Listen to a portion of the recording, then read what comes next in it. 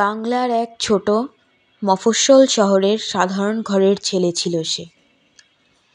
চঞ্চল, দুরন্ত, কিন্তু চোখে ছিল অসাধারণ স্বপ্ন। বয়স যখন মাত্র 15 কি 16, সে তখনই বুঝে ফেলেছিল, জন্ম যদি নেই তবে বীরের মতোই নেই। স্কুলের গণ্ডি, খেলাধুলা, কিশোরসুলভ হাসি ঠাট্টা সব কিছুর মধ্যেও তার মনের গভীরে জ্বলছিল স্বাধীনতার আগুন। সেই সময় বাংলার বাতাস বিষাদ ও ক্ষোভে ভারী।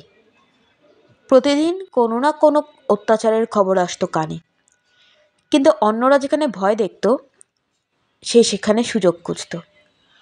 অনেকেই বলেছিল, এটা বড়দের কাজ, ছোটদের নয়। কিন্তু সে শিখেছিল, বিপ্লব বয়স চেনে না, বিপ্লব সাহস চেনে। বিপ্লবী দলে যুক্ত হয়ে তার প্রথম কাজ ছিল লিফলেট বিতরণ। রাতে, ভোরে, নিঃশব্দে। ধরা পড়ার ঝুঁকি ছিল, কিন্তু ভয়ের চেয়ে দায়িত্ব ছিল বড়। একদিন সে পুলিশের চোখ ফাঁকি দিতে না পেরে গ্রেপ্তারও হয়। লাঠির আঘাত, ভয় দেখানো, চিৎকার, কিছুই তার মন ভাঙতে পারেনি। আদালতে দাঁড়িয়ে সে ছিল অবিচল। মুখে লেগেছিল আত্মবিশ্বাসী এক চিলতে হাসি, কারণ তার স্বপ্নে সে ইতিমধ্যেই যুক্ত। জেল থেকে বেরিয়ে সে দমে যায়নি, বরং আগের চেয়ে শক্ত হয়েছে। গোপনে কাজ করতে করতে তার পরিচয় হয়ে ওঠে বাংলার বিপ্লবের এক উজ্জ্বল নাম, ক্ষুদিরাম বসু। তার লক্ষ্য ছিল একটাই, দেশের সম্মান রক্ষা করা, মানুষের মুখে স্বাধীনতার আলো দেখা। শেষ যাত্রার দিনেও সে ভীত হয়নি।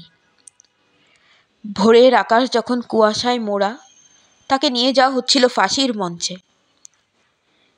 সে আকাশের দিকে তাকিয়ে বলেছিল, দেশমাতার জন্য জীবন দিতে পারা ভাগ্যের ব্যাপার। তার হাত বাঁধা, পা ভারী, কিন্তু গলা উঁচু।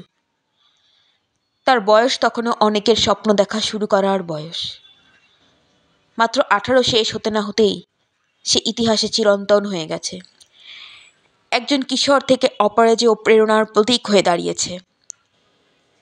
তিনি আমাদের শিখিয়ে দিয়ে গেছেন, পরাজয়, ভয় বা বয়স কিছুই তোমাকে ছোট করতে পারে না যদি লক্ষ্য বড় হয়।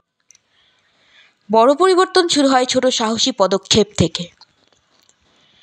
যদি জীবনে কেউ বলে তুমি পারবে না, সেটাকে জ্বালানি বানাও, বাধা নয়। নিজের কাজকে ভালোবাসো, স্বপ্নকে সম্মান দাও। সাফল্য তোমার গল্প নিজেই লিখবে। ক্ষুদিরাম বসু প্রমাণ করে দিয়ে গেছেন যে মানুষ ছোট হলে ক্ষতি নেই, সাহস ছোট হলে ক্ষতি। আজও তার গল্প আমাদের বলে, সঠিক পথে যদি হাঁটো, তবে পা কাঁপলেও ইতিহাস তোমার নাম উচ্চারণ করবেই।